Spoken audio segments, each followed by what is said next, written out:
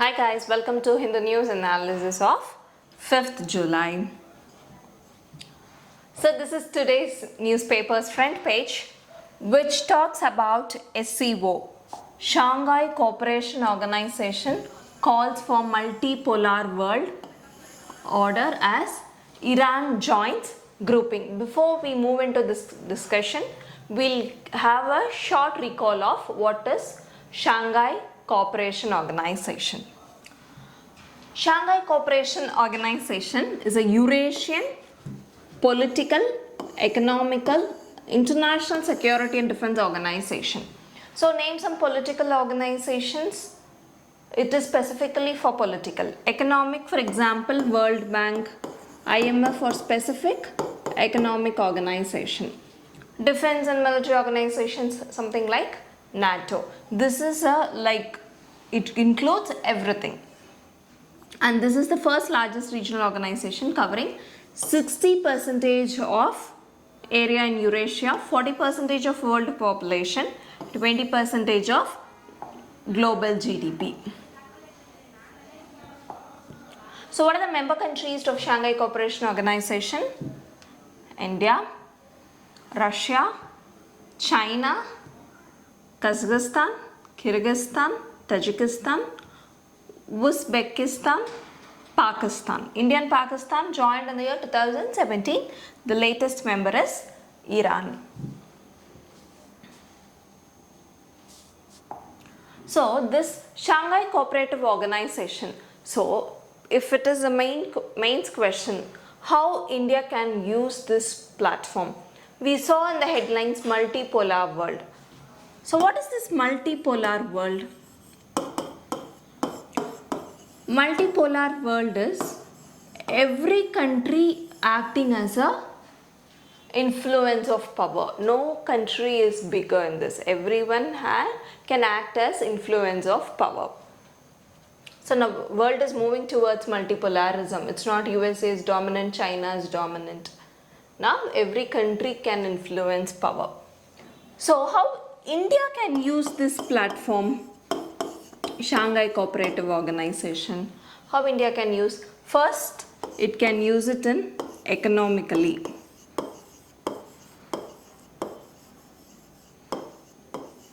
Economically, it can use to boost its trade with fellow countries.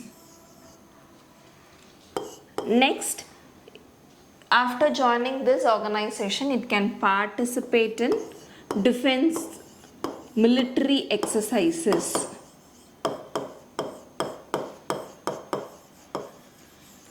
And next, it can have a cultural connectivity and tourism. And this can be used as a platform for counter-terrorism.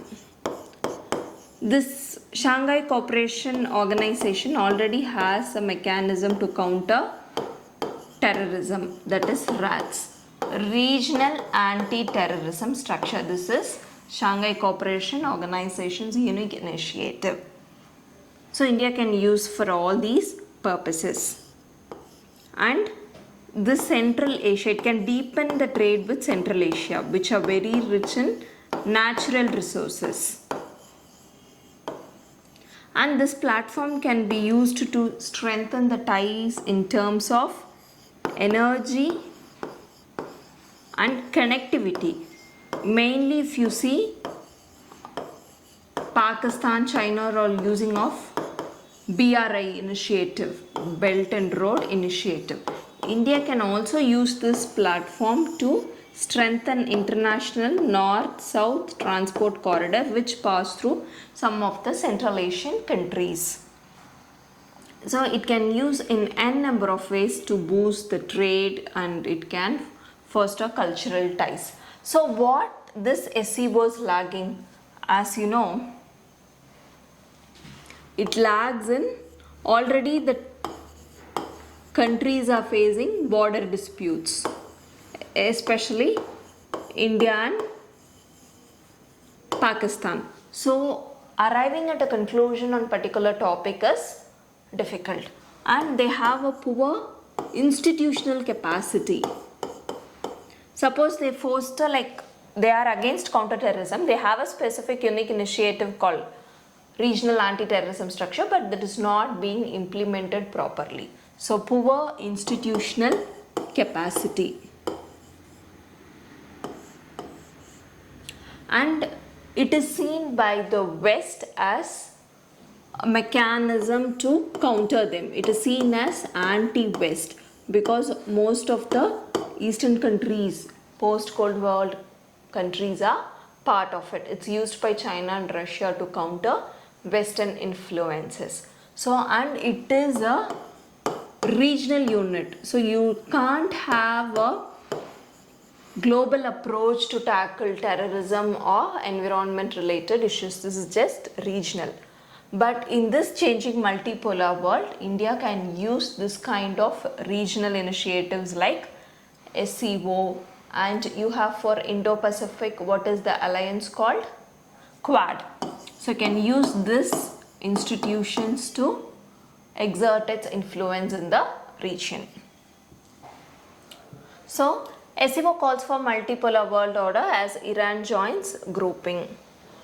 So what here, India stays out of statements on economic cooperation on China's Belt and Road Initiative because it goes through projects,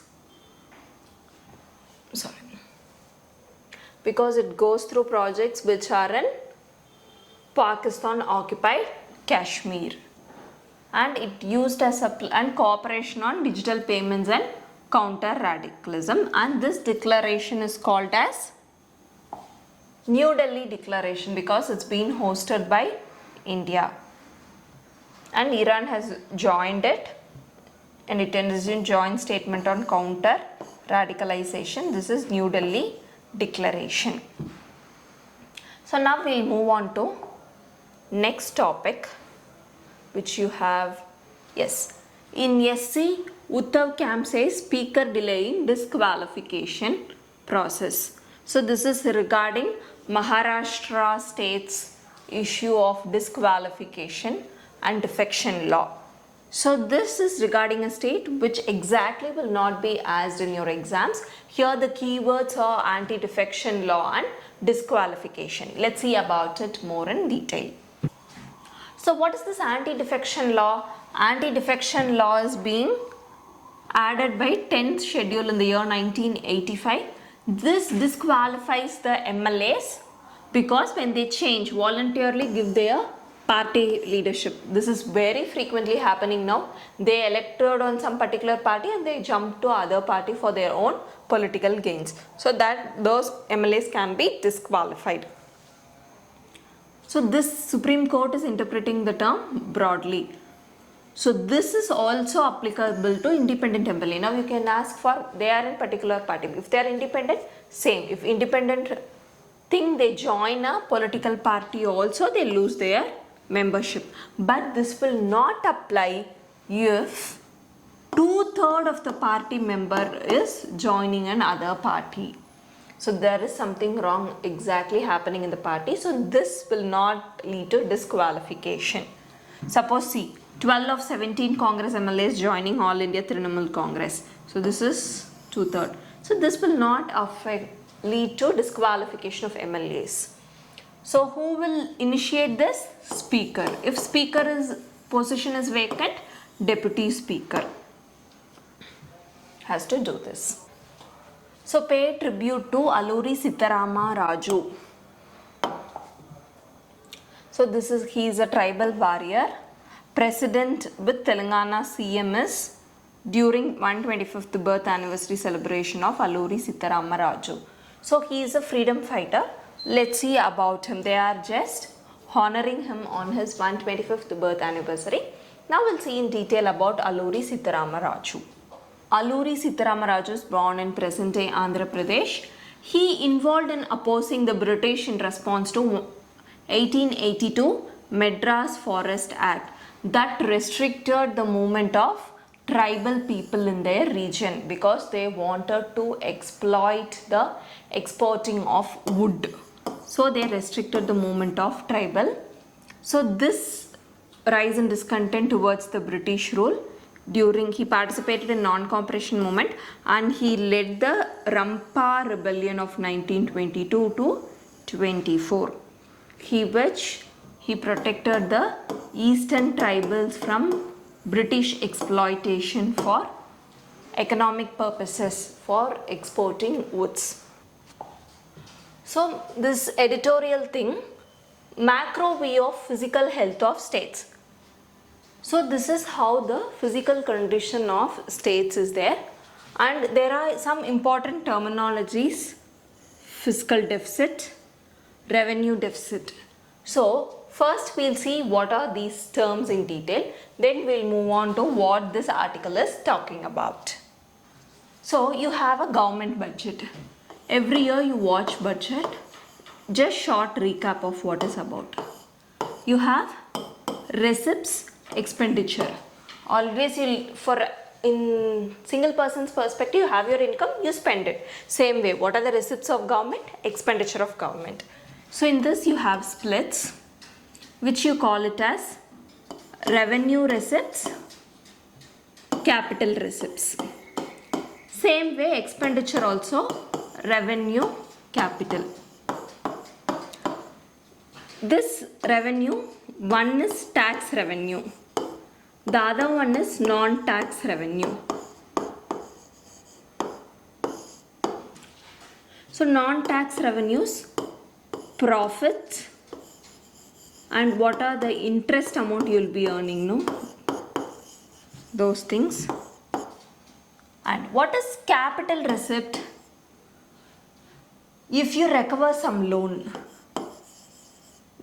government is, see, if he has given loan to state government pays back. So it's that kind of recovery of loan. Disinvestment, for example, best example in recent times is Air India. It was privatized. This disinvestment of government shares. So that comes under capital. That's a kind of investment for bank. Next is borrowings. If it borrows from other governments, that is also come under this. So what are the expenditure? What are the revenue expenditure, capital expenditure? So revenue expenditure, you yourself know, payment of salaries. It pays to its people. Interest payment.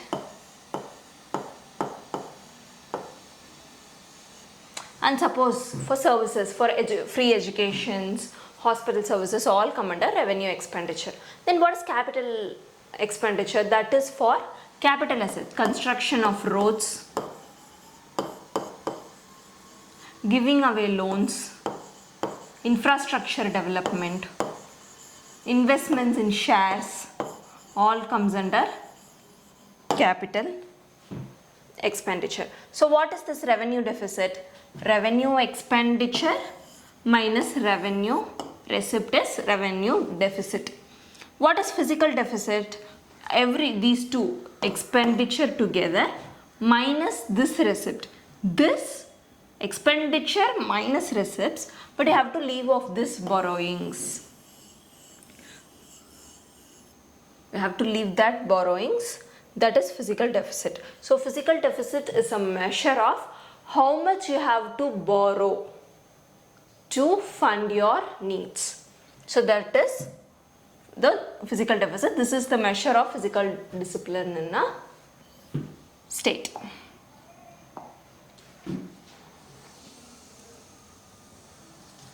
So now what this article says, this article states, state mobilizes more than third of total revenue. State is mobilizing it. It spends 60% of combined government expenditure, and share in government borrowing state share is 40%. So now it says at union level physical deficit is peaked during COVID period, 9.1% to 5.9% of GDP in estimates. At state level also it has come down, 4.1 to 3.24. 4.1 in 2021, now it is in estimates 3.24. So how state level, this is at a state level, aggregate value for all states, you can't take off an individual state. How this has been able to come down? Because managing the financials prudentially, First, during COVID time, there were emergency provisions, healthcare packages. Then it's followed now. No, again reprioritizing it after the COVID lockdown is over. Then how to adjust this expenditure side, GST collections, higher tax devolution and other non-GST revenues. Not only this controlling the expenditure, revenue has also increased, which has helped in bringing the fiscal deficit down. But revenue deficit out of 17 major states, 13 is deficit now. Before COVID pre-pandemic levels, it had surplus. Many states were surplus, but now there is a deficit. So what can be done to solve this deficit? Interest-free loans to states by union government, and main thing is timeline for revenue deficit reduction with fiscal adjustment plan, which is very important. So this article talks about decrease in fiscal deficit, and earlier before COVID there was a revenue surplus in many states. Now there is revenue deficit. How to solve it? Next editorial is incomplete reform. This is talking about GST launched at special midnight parliament session in 2017. So this marks 6th year anniversary in now. So let us see, this article says how this GST collection has improved, what and all needs to be done. 6 years of GST. What is this goods and service tax? This is an indirect tax which came into effect in 2017, 101 Amendment Act. So this is based on one nation, one market, one tax. So it has subsumed 17 taxes and 13 cesses levied by central and state governments. In 6 years, if you see, GST taxpayers base have increased from 63 lakhs to 1.4 crores. It has more than doubled. Even after increasing the threshold limits also, the base is increasing. And monthly average has grown from 89,000 from 2017 to almost double, 1.5 lakh crore in the last financial year. In April 2023 alone, there was a record collection of 1.87 lakh crore.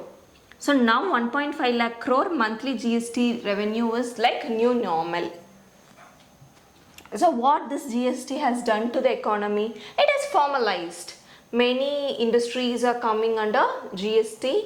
So it has formalized. Compliance level has increased because there are frequent GST exemptions, and wherever you go, if there is a form, they ask for GST number. And ensuring MSME integration in supply chain. This integration is very, very important. Then only we'll have to how welfare measures have to be taken, what are all need to be bring to this industry. And e-way bills and digitalization of records have started, and reduced impact of cascading of tax, because before pre-GST all we have so much VAT, CST, sales tax, excise duty. Now this has reduced. So the burden on customers have been reduced.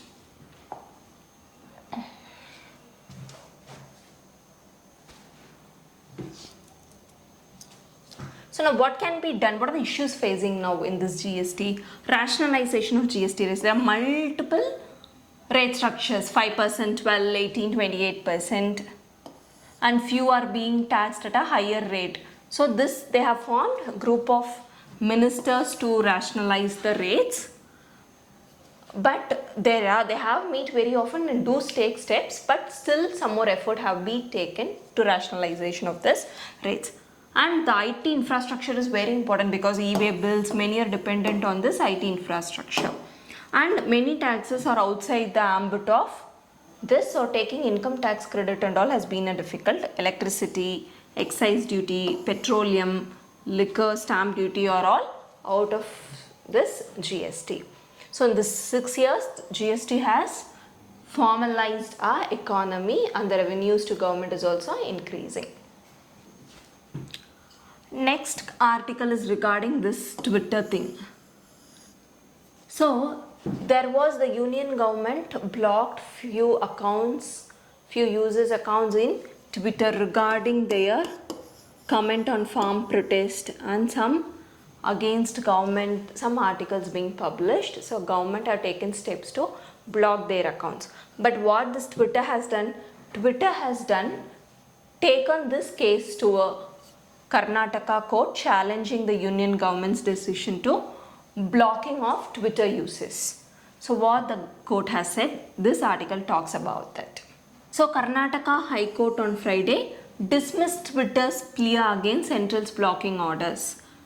So this Twitter says before blocking Twitter users' accounts, government has to give notification. But what the government has said is that it has challenged based on section 699A of IT Act.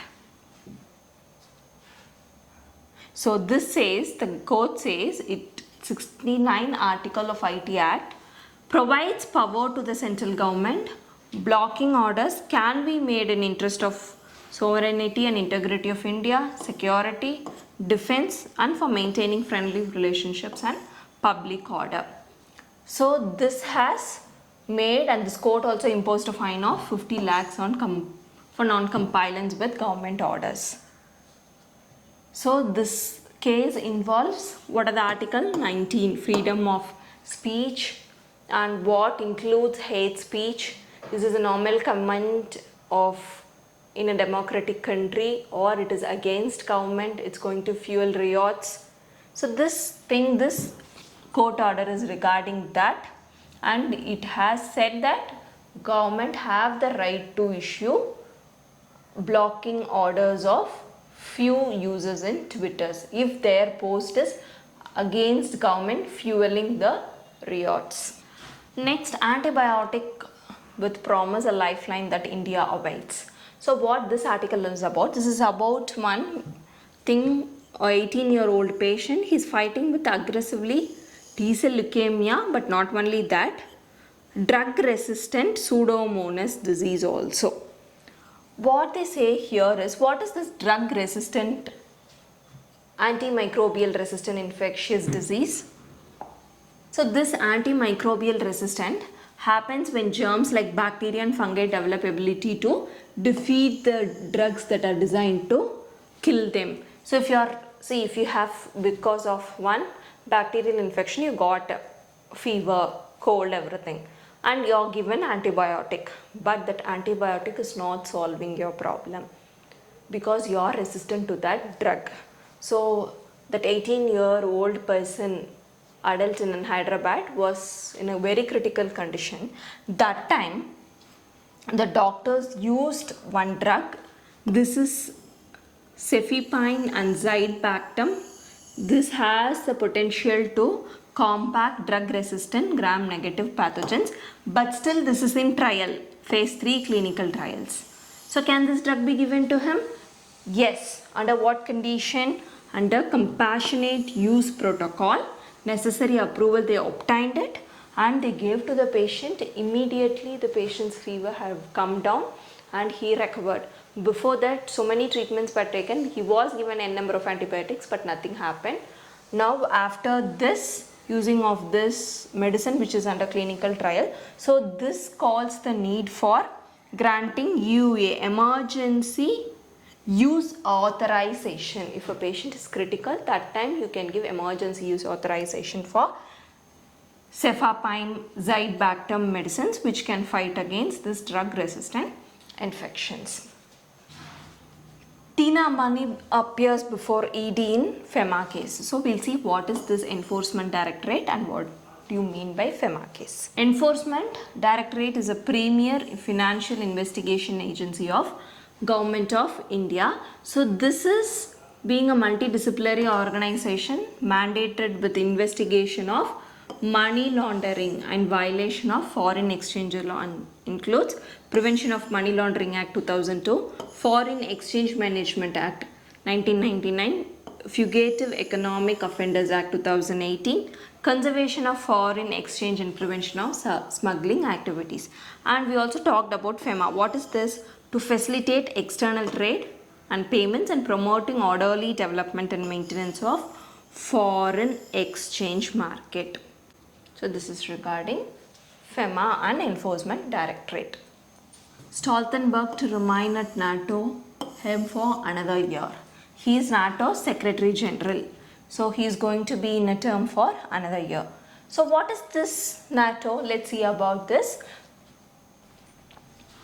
So NATO purpose is to guarantee the freedom, security of its members through political and military means. So basically it's a military organization. It's located in Brussels, Belgium, and military headquarters near Mons, Belgium. So what are the member countries? Almost it has many members of European Union. Belgium and Canada is outside Europe. Denmark, France, Ireland, Italy, Luxembourg, Netherlands, Norway, Portugal, United Kingdom, United States. So memorize United States and Canada. Remaining are all near Europe and Iceland. These are just near to Europe. So joining the original signatories, then many states of Europe joined. Greece, Turkey, West Germany, Spain, Czech Republic, Hungary, Poland, Bulgaria, Estonia, Latvia, Lithuania, Romania, Slovakia, Slovenia, Albania, Croatia, Montenegro, North Macedonia. Recently, Finland has joined. So you can see Norway is there, but you can't find Sweden and Finland. Sweden is not member yet, it's in process to join, but now Finland has joined it in this last month. And Partnership for Peace program. This is the program of NATO. And South Korea is the only first Asian country to join a North Atlantic Treaty Organization, Cyber Defense Center of Excellence. So can you remember all these countries? It's very difficult. You can remember at least Canada, US, Iceland, which is very nearby to you. In Europe, what are the countries you have? It's best to remember what you don't have. So these are the NATO members, current map. So which are the members? Almost you have every country. The countries which are bordering Russia are not in NATO. So now Ukraine expressed its interest to join NATO. Then Russia is not a member of NATO, so it's worried about military presence of NATO on its border. So only the war has intensified it. So which are not the member countries? You can see. This is not a member. And this is portion is small part of Russia. Switzerland and Austria is not a member. Same way here. Serbia is also not a, Bosnia and Serbia is not a member of NATO. So these are the only countries which are not member of NATO.